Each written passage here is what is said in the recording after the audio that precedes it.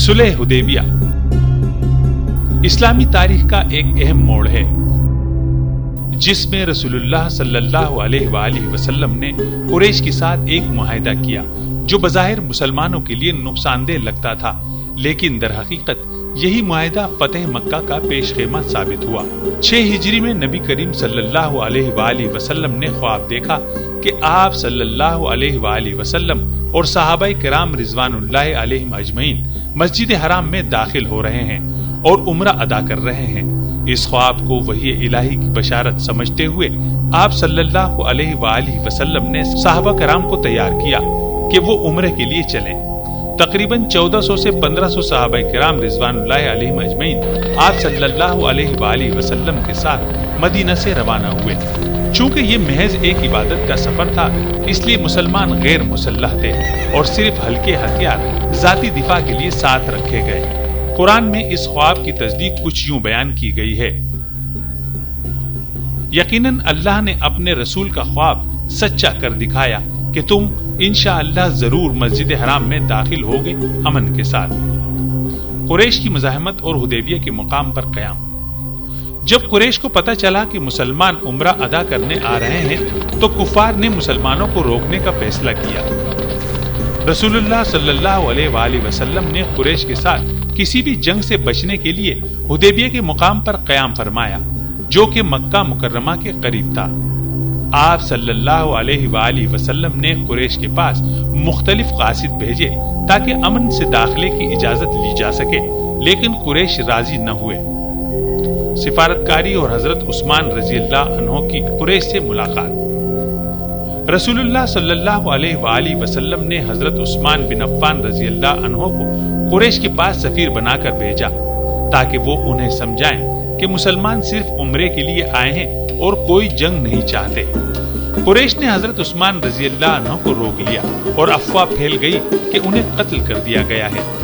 इस पर नबी करीम सल्लल्लाहु अलैहि वसल्लम ने सहाबा से बैत रिजवान ली, जिसमें सब ने जान की बाजी लगाने का अहद किया। बैत रिजवान का जिक्र कुरान करीम में कुछ यूं आया है, बेशक अल्लाह मोमिनों से राजी हो गया जब वो दरख्त के नीचे तुमसे बैत कर रहे थे। बाद में मालूम हुआ कि हजरत उस्मान रज़ियल्लाहु अन्हु जिंदा हैं और कुरैश ने मुज़ाकरात पर आमादगी जाहिर की। सुलह हुदैबिया का मुआहिदा। बिलाखिर कुरैश ने मुज़ाकरात पर रजामंदी जाहिर की और एक मुआहिदा तय पाया। मुआहिदे की शराइत ये थी, मुसलमान इस साल उम्रा अदा किए बगैर वापस चले जाएंगे, अगले साल आएंगे, लेकिन 3 दिन से ज्यादा मक्का में नहीं रुकेंगे। मुसलमानों को इस साल हथियार लेकर दाखिल होने की इजाजत नहीं होगी, अगले साल सिर्फ हल्के हथियार रख सकते हैं। 10 साल के लिए जंगबंदी होगी और दोनों फरीक अमन से रहेंगे। कोई शख्स मुसलमान होकर मदीना जाए तो मुसलमान उसे वापस कर देंगे, लेकिन कोई मुर्तद होकर मक्का आए तो कुरैश उसे वापस नहीं करेंगे। कबाइल को इख्तियार होगा कि वो कुरैश या मुसलमानों में से जिसके साथ चाहे इत्तेहाद कर लें। सहाबा का रद्द-ए-अमल और हिकमत अमली। ये शराइत सुनकर कई सहाबाए किराम रिजवानुल्लाहि अलैहिम अजमईन नाखुश हुए, खुसूसन हजरत उमर रज़ियल्लाहु अन्हु, क्योंकि ये मुआहिदा बज़ाहिर मुसलमानों की मुफाद के खिलाफ लग रहा था। लेकिन रसूलुल्लाह सल्लल्लाहु अलैहि वसल्लम ने अल्लाह पर भरोसा रखा और सब्र और हिकमत के साथ मुआहिदा कबूल किया। अल्लाह ताला ने इस मुआहिदे को फतह मुबीन करार दिया। बेशक हमने तुम्हारे लिए खुली फतह अता कर दी। सुलह हुदैबिया के नताइज।